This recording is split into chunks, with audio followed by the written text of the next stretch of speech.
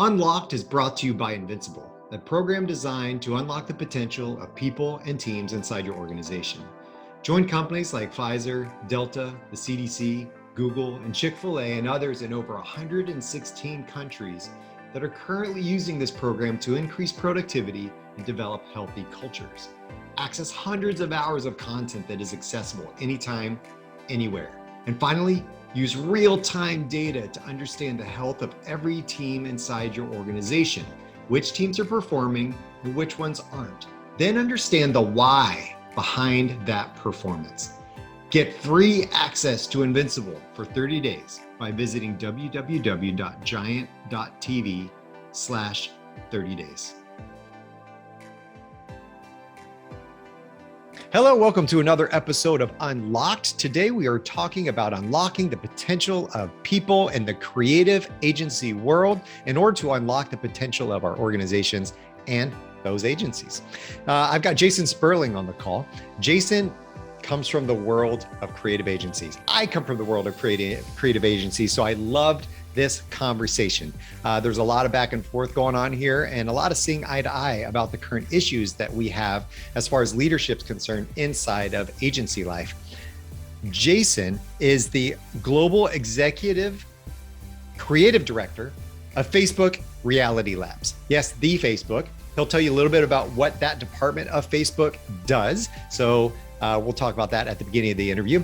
And we're also going to talk about his new book, which talks about how we as creatives can go from, making things and producing great work to also leading and also inspiring and managing. So I think that they're two different things and we need to distinguish what those are. And so we talk about that in this interview. And I'm super glad I was able to get in touch with Jason about this new book and about this new opportunity to discuss this topic with him. So let's get on with the interview. Here we come, Jason.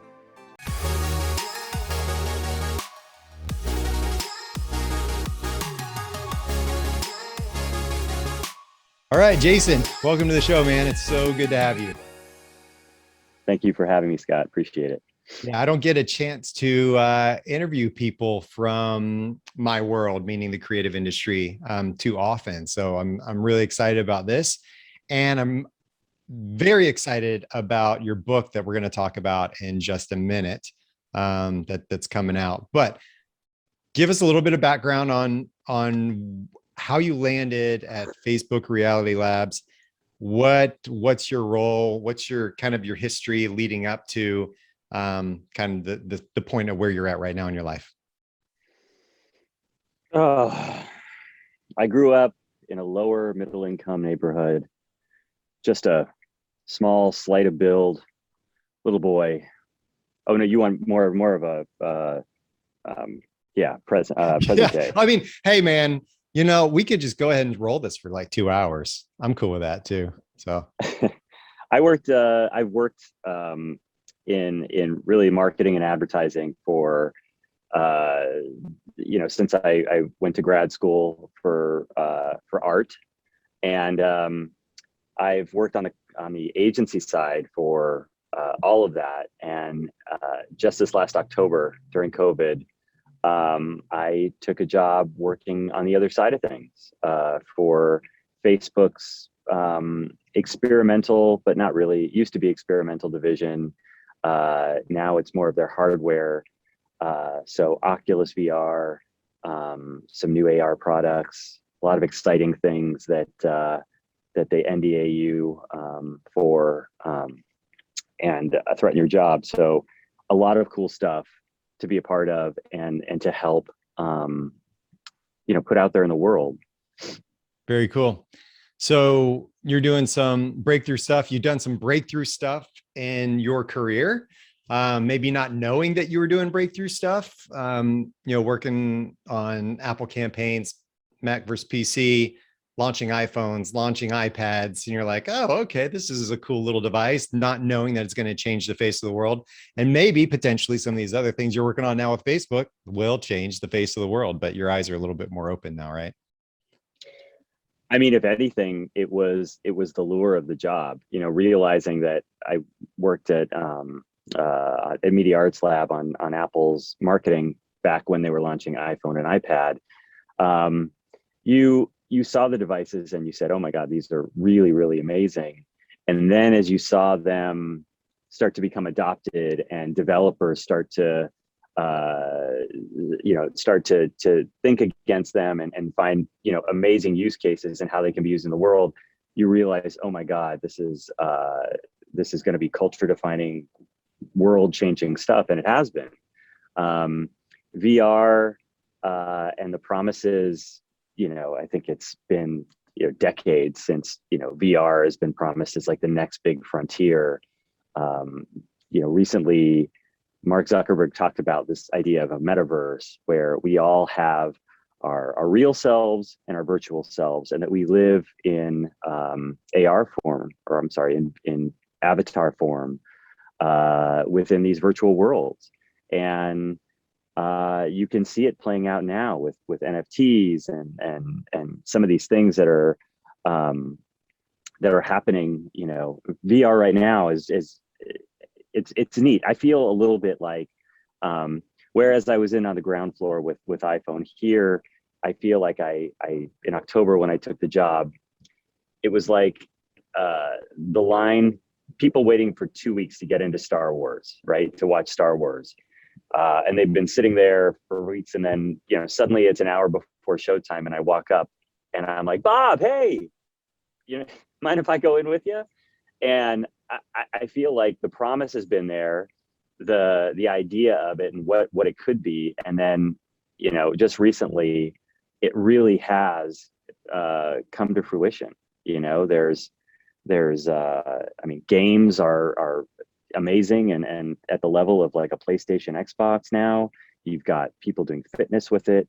You've got people watching movies in it, climbing mountains, meditation.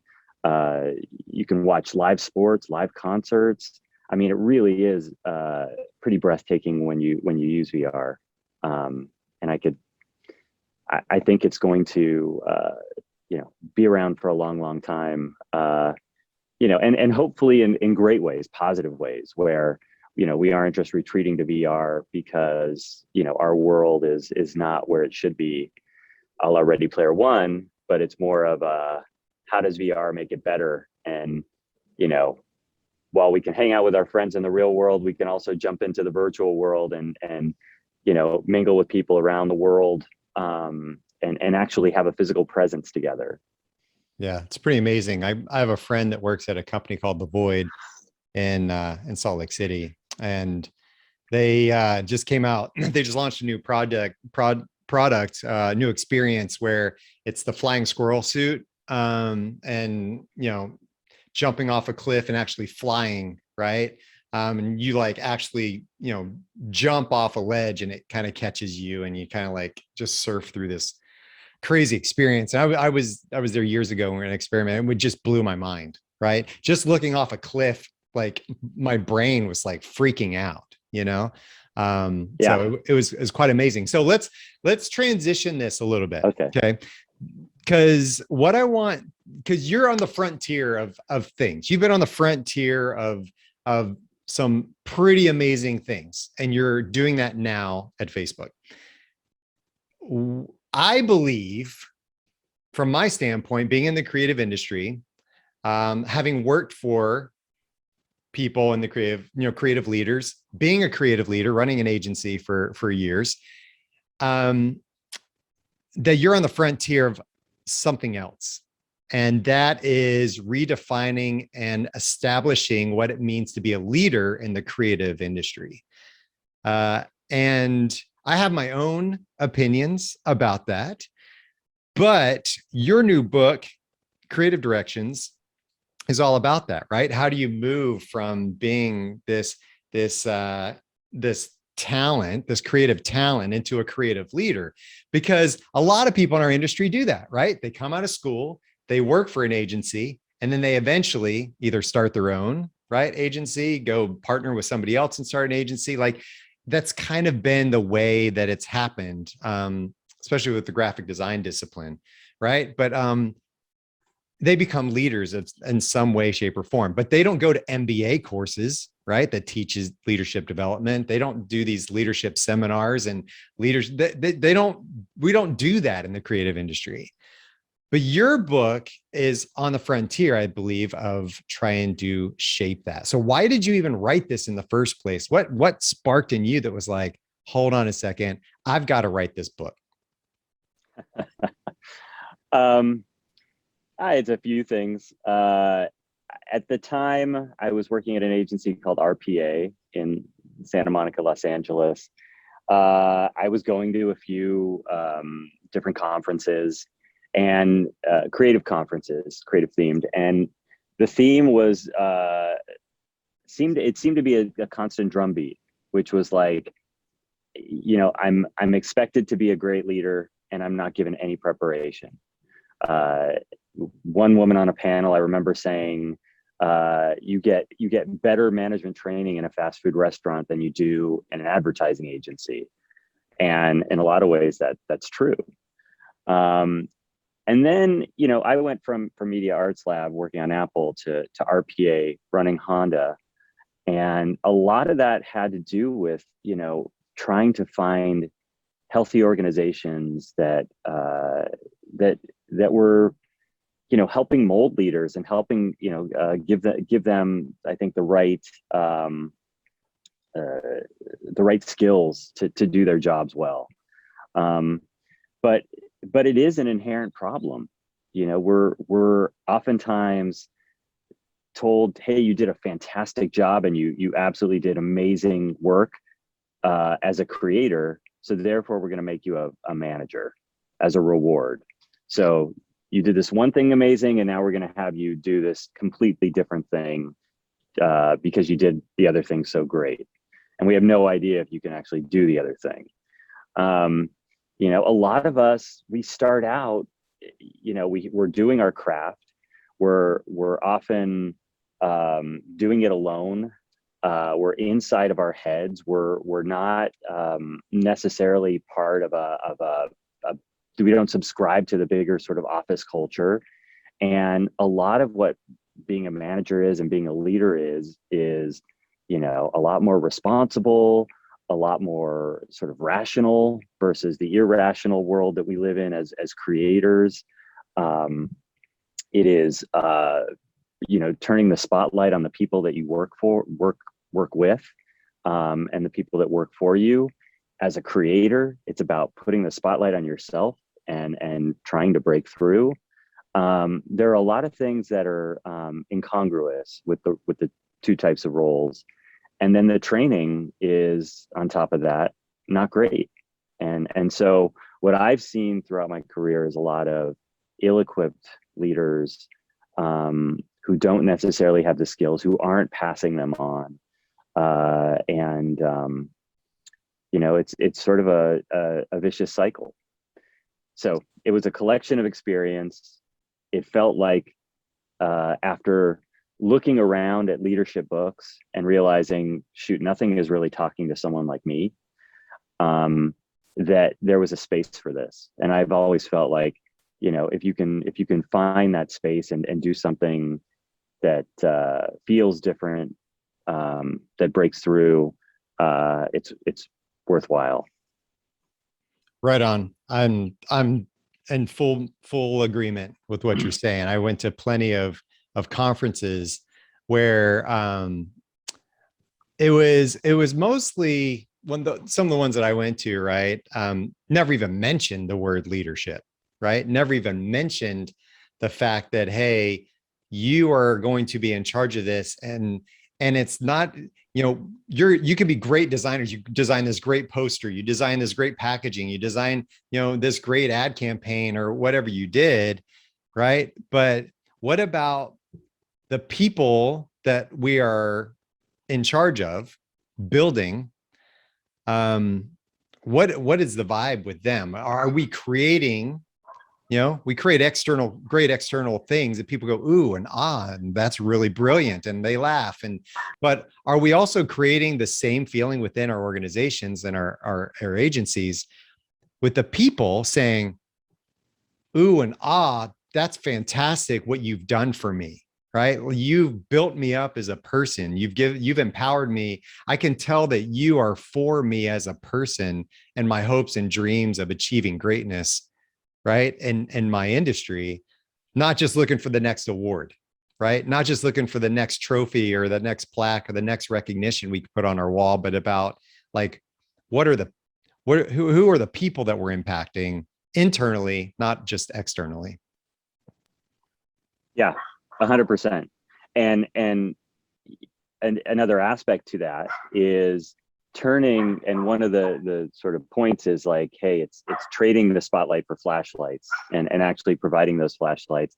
It's also being a champion for the ones that work for you, and for you as a creative person who has a lot of ego and a lot of your own self-identity wrapped up in the art that you create, to be able to say, all right, I surrender that, and I have to be comfortable with it, and I have to champion the work of other people, even at the cost of feeling slightly less significant, in what I do. And that's a really hard thing to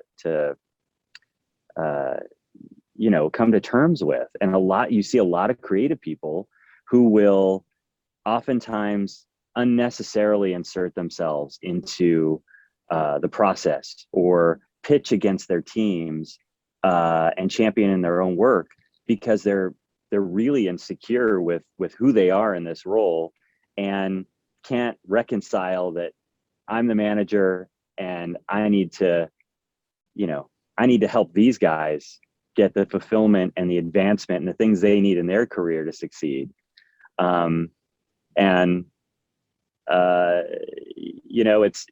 You hear a lot about servant leadership on the other side of the fence, with the more bureaucratic and corporate careers, but you don't really hear about it on the creative side of things.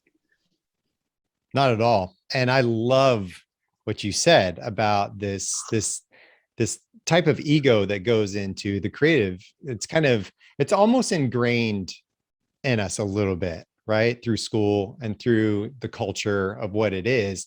Because you're completely right. I know that a lot of identities are wrapped up in a lot of work externally in the corporate world and business and whatever. But I think it's particularly interesting when you look at the creative industries, because in school, we are working for outward recognition. We may be working at student competitions, looking for that award, looking for that recognition, and to that next, CA, communication arts book, or that next, whatever we can, seeing our name in black and white in some industry publication is like the glory, right? It's like, that's what we work for it's very about me and my achievement and my recognition. And that fuels us, right? Rightly or wrongly so.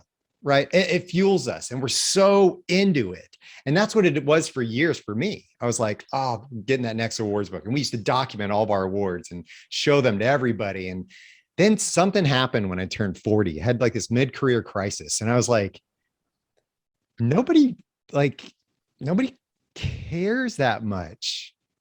Nobody cares as much as I do about those awards. Right.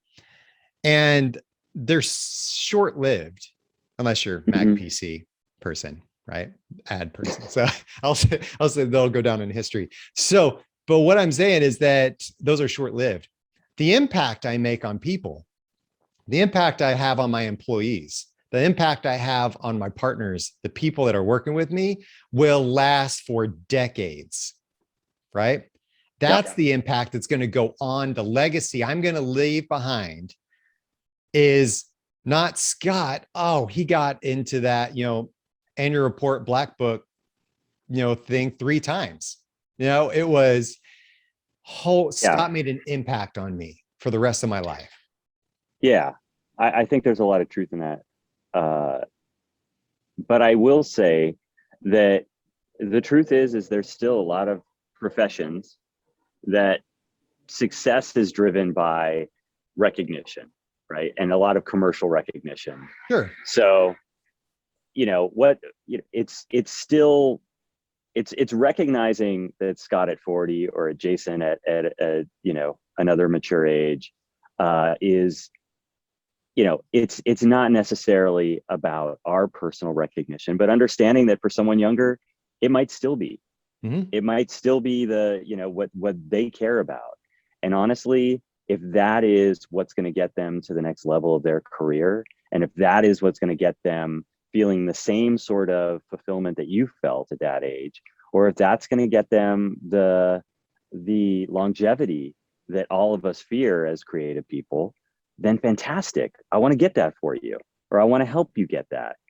And whether it's right or it's wrong, it's part of just a creative mindset, because we need that validation. We need that, someone to tell us we're doing a good job, and that is still a yardstick. And honestly, for places that are recruiting creative talent, that's still a way to say, hey, we make great work. Look at what people are saying about us. So, it's still sort of, honey for the bee. No, I guess they make the honey. I forget that stupid phrase. I'm not going to edit that out either, because it started to be really smart, but I love it. I love it. Cool. I just think, one of the things in the book is, give 100, expect 10 in return. And I think part of that is understanding that, hey, creative people still don't necessarily subscribe to the same rational and broader perspective you may have at 40 years old. And that's okay. They're not going to be rational. They're going to do a lot of things that aren't necessarily as smart as we'd like. They're going to make some bad decisions. Maybe it's even a career decision to leave a really good place for more money or whatever. This book is intended for them, but it's also intended for leaders who have to understand that they may not always make the best decisions, and have that foresight. Yeah.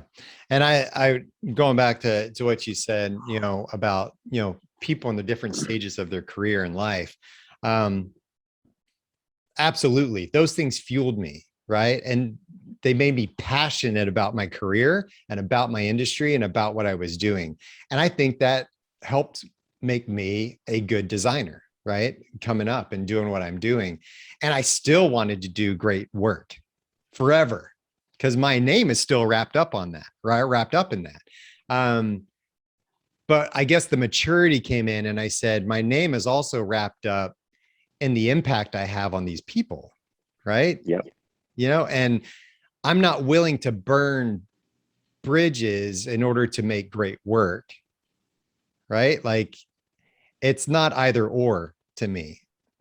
It's both and, right? It's this ability to create great work because we have great people that believe in each other and that have great alignment, which in turn is going to create longevity within our culture. People are going to stick around longer. They're going to want to be involved. They're going to want to do great work for me because I'm so invested in them.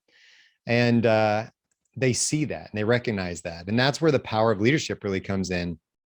It's like, am I aware of you? Do I care about you? Do I invest in you? And do you feel I'm for you? I'm for your best possible good, right? Highest possible good all the time. And when people see that, they go, Skot's awesome. And you know what? Times are tough right now, but I'm going to stick around because Skot's awesome, Yeah. and that's when it's going to come down to it. Right. So how can creative people become better leaders? Like, if you were going to stand at a conference and say, hey, we need better leaders, this is how we should do it. I don't think it's that simple. And that's why. Dang it. I was hoping this show was going to be the groundbreaker for that. So well, I'll say it's a collection of things. It's a collection of things. And I think the first way you become a good leader is you say, I've got to develop, my skill sets and recognize that you may not have those. So just, I think that self-awareness, I think is huge. Um, I think it's how do you change your mindset for managing people and the complexities around that. And it's not just so like cut and dry, here's a page, just follow these steps and you're good. It's about, I think, realigning your head a little bit, understanding that it's not about you, it's others. It's, developing, I think, a more responsible way of looking at your job. It probably would entail, some training and acknowledging that maybe you don't have those skills just as a maker. And you come at it from a deficit, a disadvantage, compared to people in other careers who have been existing in this mindset and even in this culture a little longer. So, and I find myself too, like when I'm at Facebook Reality Labs, there are a lot of people who have come out of business school and a lot of brilliant people that I find myself in a room in, talking about the same things from my perspective, that it's not always natural. I do have a certain self-doubt that sort of sneaky in the back of the head. Will they actually buy me? What I say, I feel like a bit of like an interloper, in these contexts. For a lot of us, it's about how do you work with clients? How do you suddenly go from making your thing, with a partner or by yourself and working in a sort of insular way to being more outward and dealing with, more people in the organization, clients who, there's you've got to align with their goals, and their goals are not necessarily to make great work. It's to sell something or to get, movie ticket sales or whatever it is, that's different. And so a lot of that is like, how do you change your mindset, so that you have a better chance of succeeding and the people around you have, a better chance of succeeding, I guess, and the people under you. And I should say too that I realized that it wasn't just about, my perspective coming out of marketing, which is, just a sliver of sort of, one of the many creative fields out there. So in this book, I bring in a lot of different perspectives, so what would this be like for a TV executive producer who's dealing with writers' rooms, where you're dealing with the class clown from every, from a bunch of schools, and they're all these class clowns are stuck in a writer's room throwing out ideas with a ton of sort of vulnerability and ego in that. And how do you, as a former writer, now run this in a way that makes it healthy, helps build up their courage and their confidence to do the best work. Or if you're, another contributor is Ava DuVernay, Joe Russo, Davis Guggenheim, all of whom are successful executive producers and filmmakers. How do you manage, a production set? How do you manage someone else's production as an executive producer, where you're dealing with other creative people, and it's not about feeding your ego, but it's about making their product even better. So it's, how do we take all these principles and then connect them to all those different creative fields out there, whether they're filmmaking, TV, commercial design, architecture, music production. It was really interesting seeing the way it was similar and also very different, for creative people in different creative careers. So what do you think is the reason or I don't know what to say, right? What is preventing creative leaders from investing in leadership or holding on to this idea of, hey, we do need leader? Because beginning of my career, I didn't think I needed leadership communication training. I was a great communicator. That's what I did every day, right? For companies, I helped them communicate clearly a message to the world, and people bought the stuff and people loved my work. right? So I was like, I don't need help communicating, but it's different. So what is it that you think is preventing people in the creative industry from either investing in leadership or recognizing that they even need to do that in the first place? That's a good question, and I think some places are doing it. I think my company now, Facebook Reality Labs, they do it. Google, they do invest in development. I wouldn't say though that it's sort of broadly done. It, it's purely speculation. I think a lot of it is just the train is always moving so fast, that it's hard to just sort of like stop it and say, we need to look at ourselves and how do we build a more healthy organization and more healthy creative leaders. I think too, it's still the art trumps the management, and so it's you're never going to want to lose top creative talent, right? You're their bread and butter if it's a creative career, and so but that they want growth in order to stay, and so it's always going to be potentially a trade-off. I'm gonna keep you because you always deliver, and I'm gonna hope that when I promote you that you're gonna be able to draw that same talent out of other people. But I'm doing it on the basis of your talent in one aspect of the job, not the other, and just hope that pans out. Yeah. So you said one of the biggest things that mistakes that companies are making is when it comes to company culture, is that it's one of the last things they invest in, right? Or they think that it's just going to create itself. So that's what I call accidental leadership, right? Just letting things happen, see where they fall, and without being intentional about development, they're just being accidental about it, right? Hmm. Do you address that in the book or talk about that principle? In terms of the fact that we're just sort of hoping that it goes the right way. No, the book is probably a little more purposeful. It's not necessarily trying to identify the issues in creative cultures as much as it is trying to game plan. Here's how you adapt, and here's how you do it. So it's more for the individual, not the organization, in that way. And I should say too that part of the book is saying you should give yourself permission to not become a leader. It's okay to just keep doing your craft.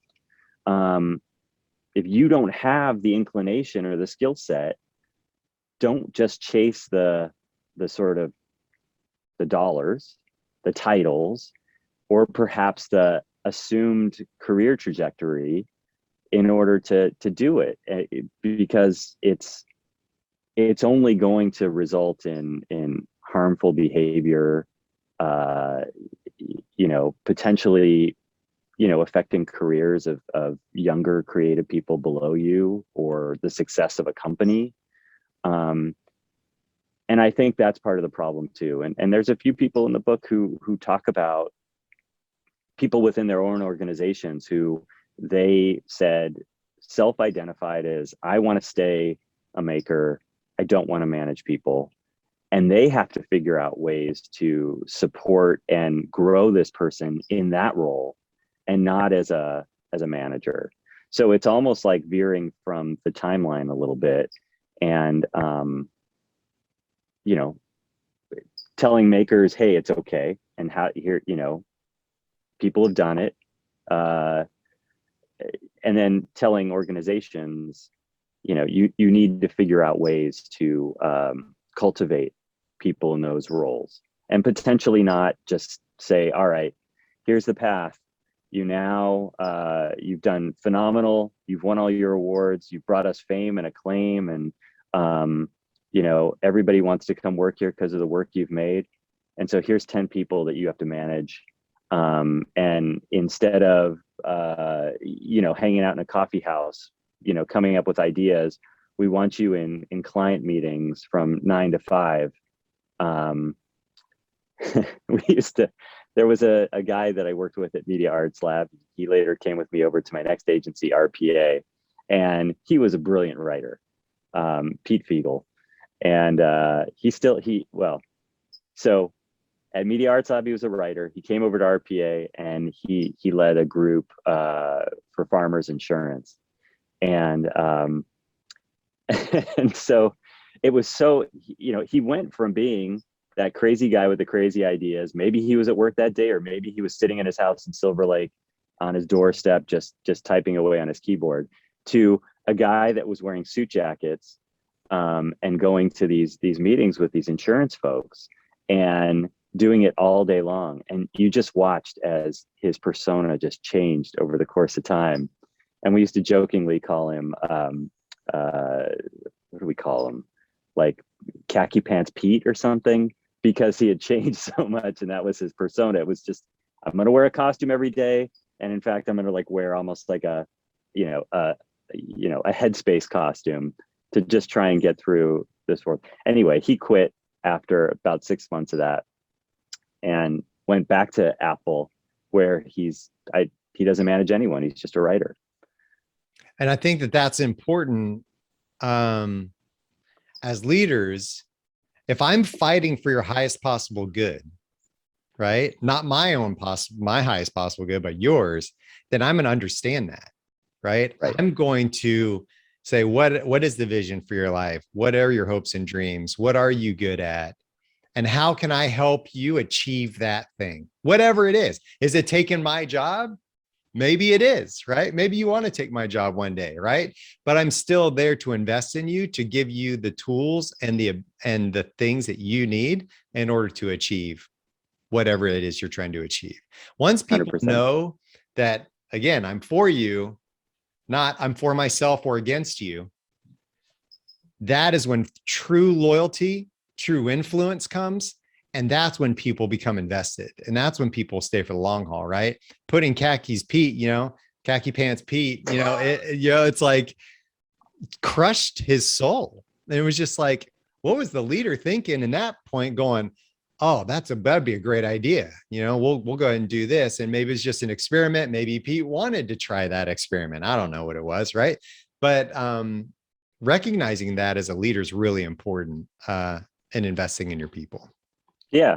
And recognizing it in yourself too. Yep. We can't, while I think we'd hope to work for organizations that have people invested and are looking out for us and setting us on the right path, we also need to, as individuals, have some sense of, or just have a level of reflection to identify that in ourselves before it manifests itself in bad ways.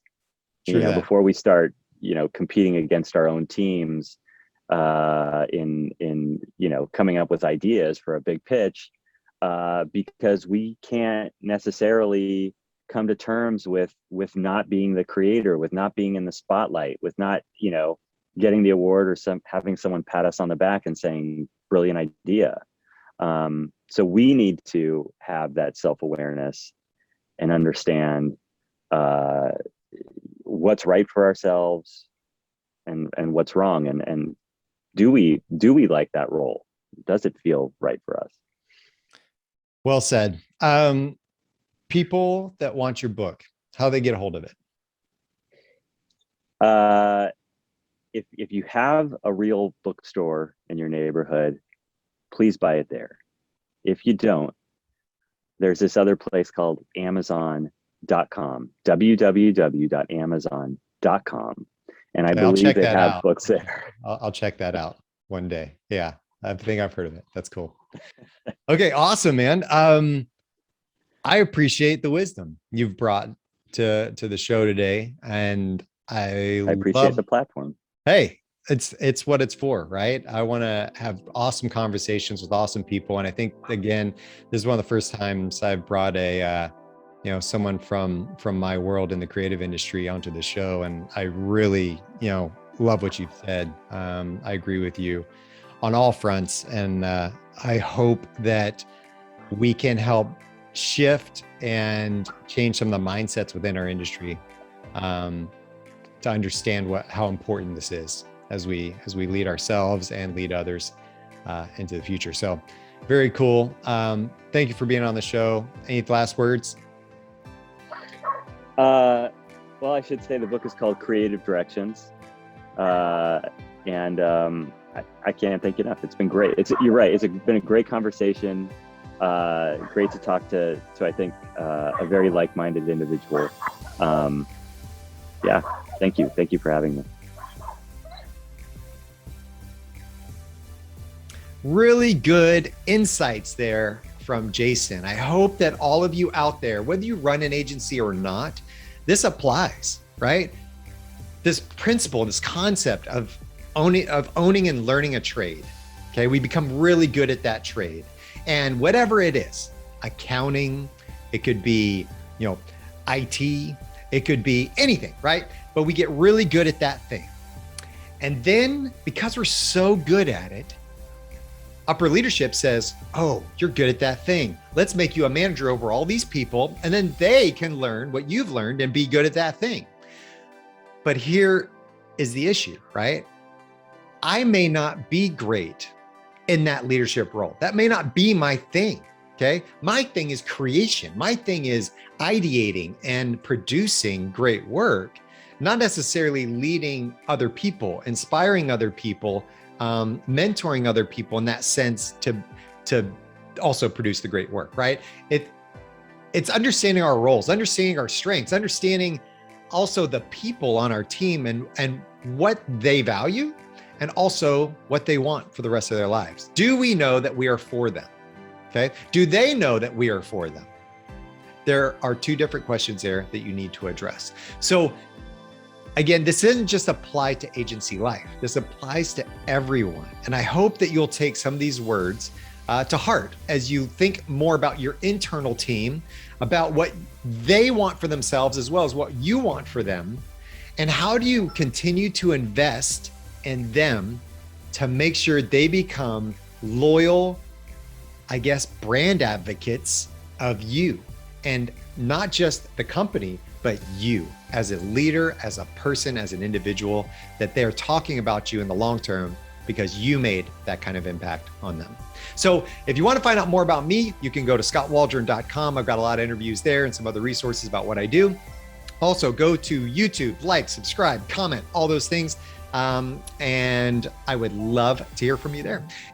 If you have any questions, find me on LinkedIn. Let's connect and talk. Until next time, this has been another episode of Unlocked.